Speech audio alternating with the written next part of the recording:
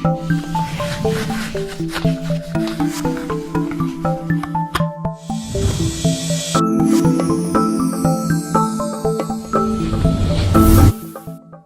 everybody, this is Ellman, the blue collar investor, with today's option selling question of the day.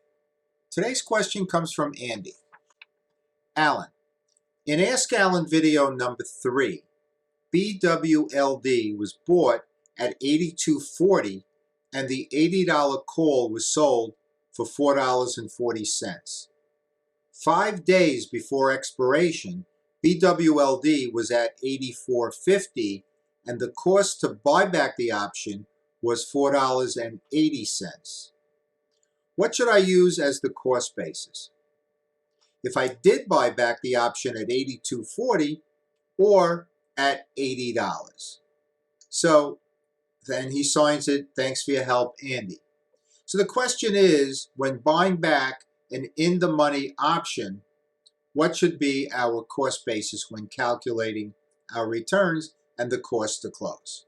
All right, good question, because frequently we are buying back options. I mean, it's not like we just write a covered call and then whatever happens, happens. Many times we will want to buy back that short call.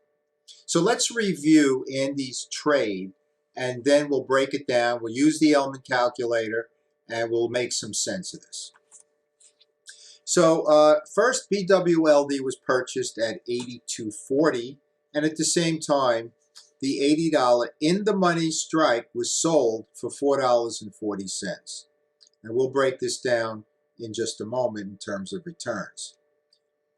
The stock price 5 days prior to expiration moved higher up to $84.50, and the cost to buy back that $80 in-the-money strike was $4.80.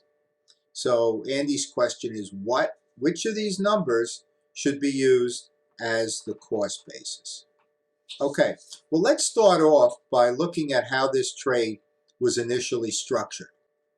And the information in the multiple tab of the Ellman calculator is entered in the blue cells on the left side of the spreadsheet. You could see here the price was $82.40 and the option, the 80 in the money strike, was sold for $4.40. Now, we cannot count that entire $4.40 as profit because we're agreeing to sell our shares at a lower price than current market value. We bought it at $82.40. We're agreeing to sell our shares for $80. So we're going to lose $2.40 on the sale of the stock.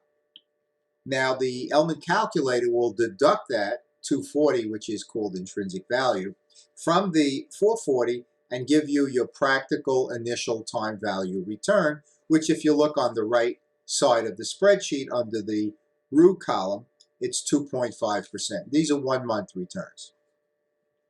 Now, the next column, the second from the right column, is upside potential. In other words, how much more can we make if price of the stock goes up? And the answer when we have an in-the-money strike is 0, because we're agreeing to sell our shares for $80 when we enter the trade. Stock was trading at $82.40, so it can go to the moon. We're still only getting $80. So there's no upside. But there is downside protection. And in this case, you see the spreadsheet shows downside protection of 2.9%. So what does that mean? Well, in essence, what it means is that we are guaranteed a 2.5% 1 month return as long as share value does not decline by more than 2.9% by expiration. Stated differently, as long as share value does not decline from its current market value of $82.40 to below the $80 strike price. So that's how Andy structured the trade initially. It was a defensive approach to covered call writing because he used an in-the-money strike.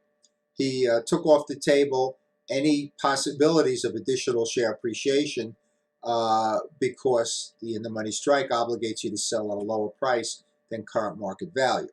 But still a 2.5% 1 month return, and you know that annualizes out to 30%, so it's pretty good. And yet you still have that additional downside protection which, by the way, is paid for by the option buyer, not by us. Okay, so now let's take a look 5 days prior to contract expiration where the trade stands. And these are all the prices that are floating through the air as Andy tries to determine what his cost basis is. Well, we have the initial price paid, $82.40. We have the current price, which is higher at $84.50. We have the initial strike that was sold, which was $80. And then the premium was $4.40, which breaks down into $2.40 of intrinsic value. That's the amount that the 80 strike was lower than the market value at the time that the option was sold. And the time value was $2. That was Andy's initial profit after deducting the intrinsic value. So all those prices are floating out there, and the question becomes, which one should we use as our cost basis? Well, here's the thing. When we're thinking of buying back the in-the-money strike, we're choosing between doing either that or not buying it back and allowing the shares to be sold at the strike price, in this case, $80. So in order to compare apples to apples, we have to use as our cost basis that $80 strike, because that is the amount we'll receive if we take no action.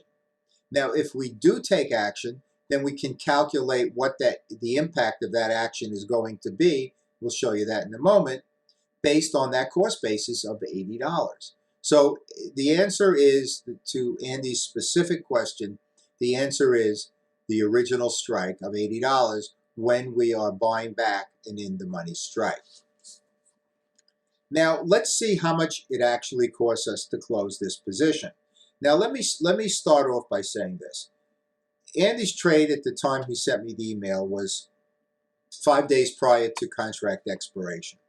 When I look to buy back an option, unless I'm doing a strategy known as the mid-contract unwind strategy, which is usually reserved for the middle of a contract or earlier in a contract, I'm usually waiting closer to expiration before buying back that option.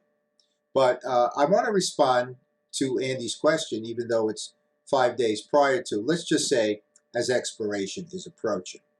So in order to figure out what it's actually going to cost us to close, we use the Unwind Now tab of the elite version of the Ellman calculator.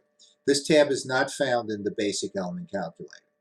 So we enter the information on the left side of the screenshot after clicking on the Unwind Now tab of the elite calculator.